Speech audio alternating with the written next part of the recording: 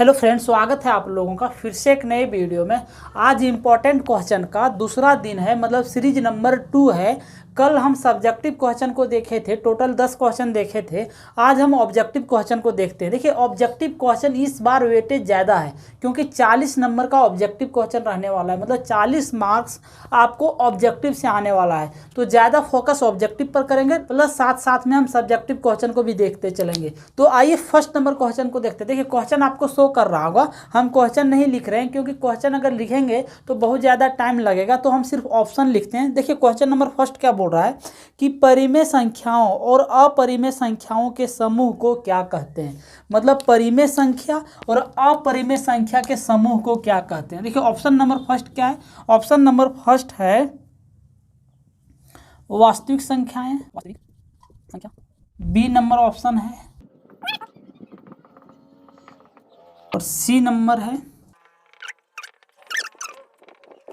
देखिए, क्वेश्चन क्या बोल रहा है। क्वेश्चन बोल रहा है कि परिमेय संख्याओं और अपरिमेय संख्याओं के समूह को क्या कहते हैं। ऑप्शन क्या है, वास्तविक संख्या, अवास्तविक संख्या, विषम संख्या, तो अभाज्य संख्या। तो परिमेय और अपरिमेय संख्याओं के समूह को हम वास्तविक संख्या कहेंगे। ऑप्शन नंबर क्या हो जाएगा, ए हो जाएगा। देखिए, इसको डिटेल्स में समझिए। देखिए, परिमेय संख्या किसे कहते हैं, जिसे P बटे Q के रूप में लिख सकते हैं। P बटे Q के रूप में लिख सकते हैं, उसे क्या कहेंगे, परिमेय संख्या कहेंगे। जैसे 1/2, 1/3, 1/5, 6/8, 7/8, ये मेरा क्या हो गया, परिमेय संख्या हो गया। तो परिमेय संख्या, उसके बाद क्या बोला, अपरिमेय संख्या। तो अपरिमेय संख्या किसे कहते हैं, जैसे √3, √5, √7, ये मेरा क्या हो गया, √7। ये मेरा क्या हो गया, √11, रूट हो गया 13। ये मेरा क्या हो गया, अपरिमेय संख्या होगा। मतलब परिमेय संख्या और अपरिमेय संख्या किसे कहते हैं, समझ में आ गया होगा। परिमेय संख्या जो P बटे Q के रूप में, और अपरिमेय संख्या जो रूट के रूप में रहेगा, जो P बटे Q के रूप में नहीं रहेगा, उसे हम क्या कहेंगे, अपरिमेय संख्या कहेंगे। तो परिमेय संख्या मतलब दोनों संख्या के समूह को हम वास्तविक संख्या कहेंगे। आई होप आपको समझ में आ गया होगा। फर्स्ट नंबर क्वेश्चन क्या बोल रहा था कि परिमेय संख्याओं और अपरिमेय संख्याओं के समूह को क्या कहेंगे, वास्तविक संख्या कहेंगे। क्योंकि परिमेय संख्या और अपरिमेय संख्या के समूह को ही हम वास्तविक संख्या कहते हैं। तो फर्स्ट नंबर क्वेश्चन समझ में आ गया। देखिए, सेकंड नंबर क्वेश्चन क्या बोल रहा है। सेकंड नंबर क्वेश्चन बोल रहा है, क्या पूर्णांक संख्याओं को संख्या रेखा पर व्यक्त किया जाना संभव है।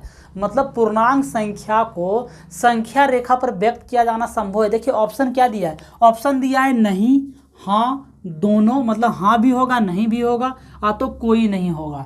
तो सबसे पहले आपको समझना होगा कि पूर्णांक संख्या किसे कहते हैं। देखिए, पूर्णांक संख्या हम उसे कहते हैं जिसमें नेगेटिव प्लस पॉजिटिव दोनों वर्ड शामिल रहेगा, उसे हम क्या कहेंगे, पूर्णांक संख्या कहेंगे। जैसे देखिए 0, 1, 2, 3, 4, 5 इस तरह करके बढ़ते जा रहा है। इधर हो गया -1, -2, -3, -4, ये मेरा क्या होगा, इस तरह करके बढ़ते जाएगा। तो ये मेरा क्या हो गया, पूर्णांक संख्या होगा। ऐसा संख्या जिसमें नेगेटिव प्लस पॉजिटिव दोनों अंक शामिल रहे, उसे हम क्या कहेंगे, पूर्णांक संख्या कहेंगे। तो आप इसको संख्या रेखा पर प्रदर्शित कर सकते हैं। हाँ, इसे हम संख्या रेखा पर प्रदर्शित कर सकते हैं। कैसे, देखिए, ये मेरा संख्या रेखा हो गया। अब यहाँ मेरा हो गया 0, तो इधर हो गया 1, इधर हो गया 2, इधर हो गया 3, इधर हो गया 4, इधर हो गया 5, इस तरह बढ़ते चला गया। इधर हो गया -1, -2, इधर हो गया -3, -4, इस तरह करके बढ़ते चला जा रहा है। जब इस तरह संख्या रेखा पर हम दिखा सकते हैं,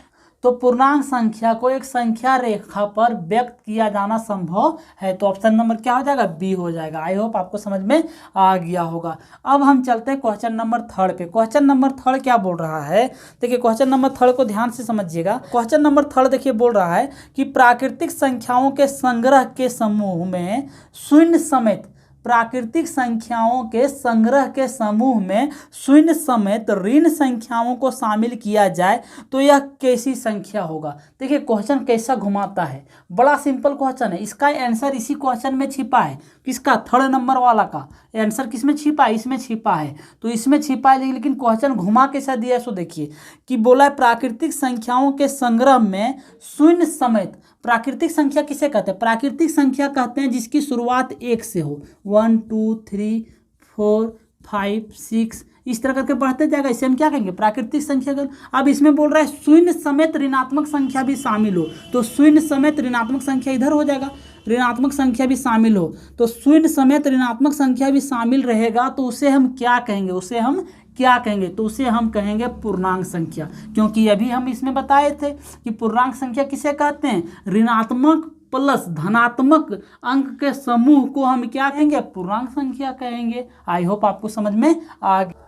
आइए अब हम क्वेश्चन नंबर 4, 5 और 6 को देखते हैं। तीनों क्वेश्चन को एक साथ लिख लिए हैं, इससे क्या होगा, टाइम बचे। जब क्वेश्चन बड़ा रहता है तब नहीं लिखते हैं, क्योंकि उस समय क्या होगा कि लिखने में ही ज़्यादा समय चल जाएगा, तो नहीं लिखें। इस बार एक साथ 3 क्वेश्चन, छोटा छोटा क्वेश्चन था तो लिख लिए। देखिए समझिएगा, ध्यान से समझिएगा कि संख्या रेखा पर पूर्ण संख्याओं का निरूपण होगा अथवा नहीं होगा। सबसे पहले ध्यान से समझिएगा, इसके पहले वाले क्वेश्चन को हम समझे थे, उसमें बोला था पूर्णांक संख्या।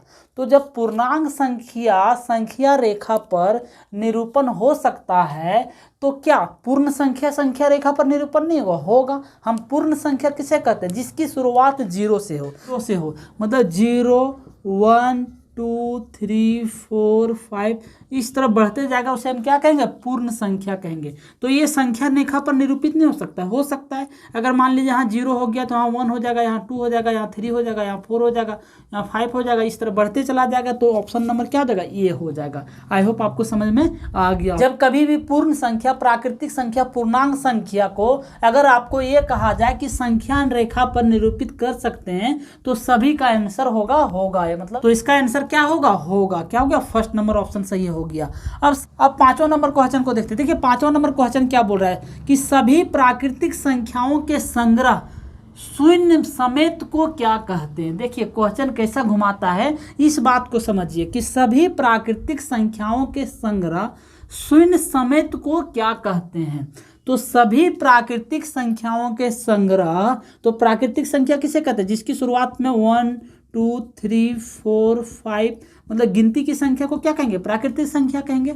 अब इसमें बोल रहा है शून्य समेत, मतलब अगर शून्य शामिल कर देंगे तो यह संख्या क्या होगा, यह संख्या पूर्ण संख्या होगा। क्योंकि अभी हम जान रहे हैं, इसमें पढ़े हैं कि 0 से जिसकी शुरुआत हुआ क्या होगा, पूर्ण संख्या होगा। लेकिन वही क्वेश्चन को इसमें क्या किया, घुमा दिया है कि सभी प्राकृतिक संख्याओं के संग्रह में शून्य समेत को क्या कहेंगे। तो प्राकृतिक संख्याओं के संग्रह में शून्य समेत को क्या कहेंगे, पूर्ण संख्या कहेंगे। आई होप आपको समझ में आ गया होगा। अब हम चलते क्वेश्चन नंबर 6 पर। क्वेश्चन नंबर 6 क्या बोल रहा है, क्या 0 किसी पूर्णांक को विभाजित करता है। मतलब 0 बोल रहा है किसी पूर्णांक को विभाजित करेगा, नहीं, किसी भी पूर्णांक को विभाजित नहीं कर पाएगा। कैसे नहीं कर पाएगा, सो देखिए कि 0 जब ऊपर में 1 रहा, नीचे में 0 रहा है, इसका आंसर क्या आएगा, 0 आएगा। अगर ऊपर में 8 रहा, इसका नीचे में 0 रहा, तो इसका आंसर क्या आएगा, 0 आएगा। क्योंकि कभी भी इसको विभाजित नहीं कर पाएगा। क्यों नहीं कर पाएगा, जब 0 से 8 को भागा देंगे तो 0 का पहाड़ा क्या बार पढ़ेंगे, जो 8 आएगा। 0 का पहाड़ा 1 बार पढ़ेंगे फिर भी यहाँ 0 आएगा। 0 का पहाड़ा 2 बार पढ़ेंगे फिर भी यहाँ 0 आएगा। 0 का पहाड़ा 3 बार पढ़ेंगे फिर भी यहाँ 0 आएगा। इससे क्या हो रहा है, यहाँ के मान को हम डिसाइड नहीं कर पा रहे हैं, तो इसका आंसर क्या हो जाएगा, 0। मतलब 0 किसी पूर्णांक संख्या को विभाजित नहीं कर सकता। आई होप आपको समझ में आ गया। स्क्रीनशॉट लेना चाहते तो आप लोग ले लीजिए। अब हम क्वेश्चन नंबर 7 को देखते हैं। आइए अब हम क्वेश्चन नंबर 7, 8 और 9 को देखते हैं। देखिए 3 क्वेश्चन फिर से हम लिख लिए हुए। तो 7 नंबर क्वेश्चन क्या बोल रहा है, 5, 15 और 20 के लसा और मसा ज्ञात कीजिए।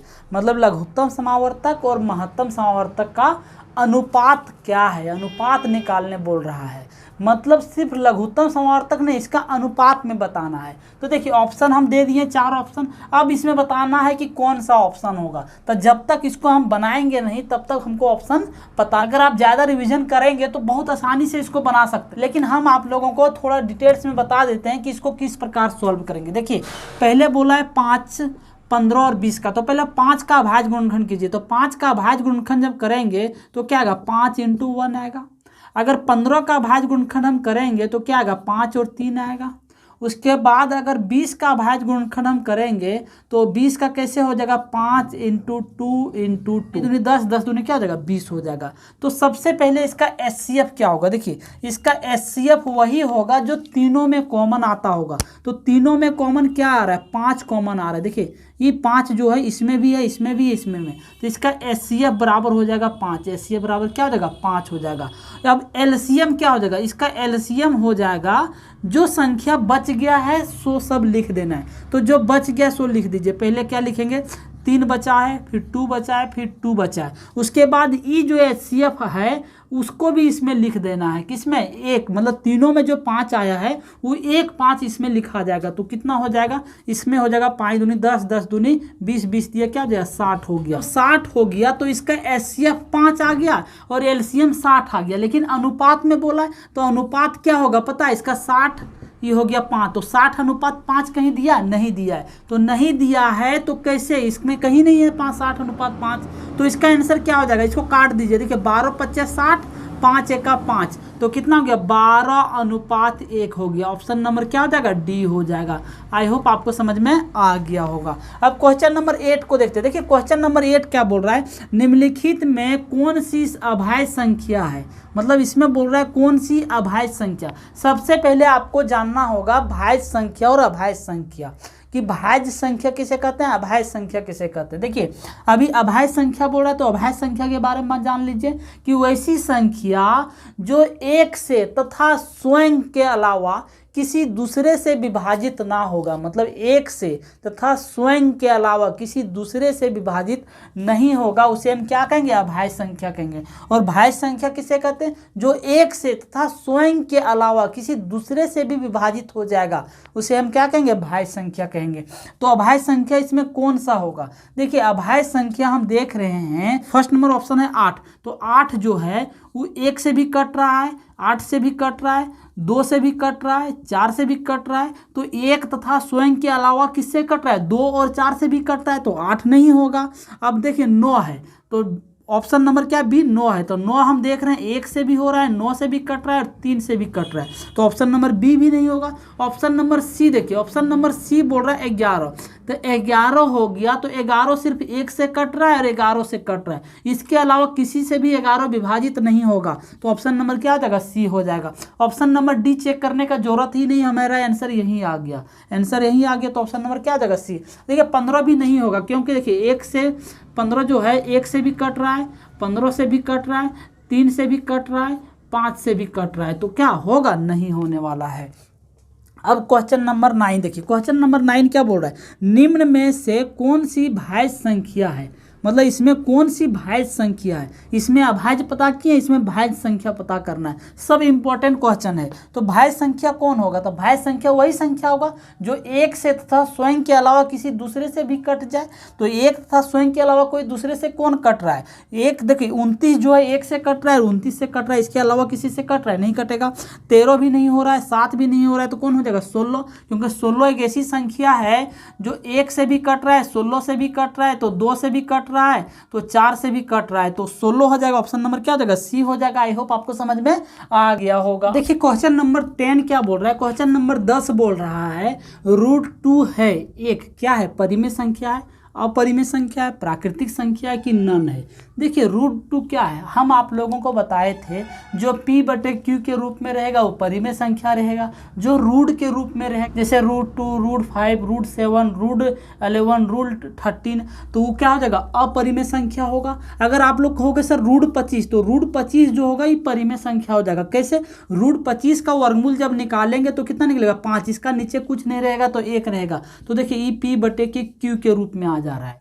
जो विषम संख्या रूट के अंदर रहेगा वही अपरिमेय संख्या कहलाएगा, वही क्या कहलाएगा, अपरिमेय संख्या कहलाएगा। जैसे √64, तो √64 का वर्गमूल निकालेंगे क्या आएगा, 8 आ जाएगा, क्या आ जाएगा, 8 आ जाएगा। तो 8 के नीचे कुछ नहीं तो क्या 1 डाल सकते हैं, तो ये मेरा क्या बन जाएगा, ये मेरा बन जाएगा परिमेय संख्या बन जाएगा। जैसे √7, तो √7 का वर्गमूल कुछ नहीं निकलेगा भी, तो पॉइंट में निकलेगा, तो पॉइंट वाला को जो हो निकलेगा वो अपरिमेय संख्या ही कहलाएगा। क्या कहलाएगा, अपरिमेय संख्या कहलाएगा। आई होप आप लोगों को सभी क्वेश्चन समझ में आ गया होगा। टोटल 10 क्वेश्चन को डिस्कस किए, वीडियो ज़्यादा लंबा हो जाता है इसलिए 10 ही क्वेश्चन रखते हैं। कल हम नेक्स्ट वीडियो में फिर हम 10 क्वेश्चन देखने वाले हैं। वीडियो कैसा लगा आप कमेंट करके जरूर बताइएगा, और अगर आप क्लास 8, 9, 10, 11, 12 के स्टूडेंट हैं तो आप इस चैनल को ज़रूर सब्सक्राइब कर लें, ताकि कुछ भी नोटिफिकेशन अगर आता है आपको कि एग्ज़ाम कब होगा, मॉडल पेपर कब आएगा, एग्ज़ाम का पैटर्न क्या रहेगा, ये सभी जानकारी आपको इस चैनल पे मिल जाएगा। वीडियो कैसा लगा आप कमेंट करके ज़रूर बताइएगा,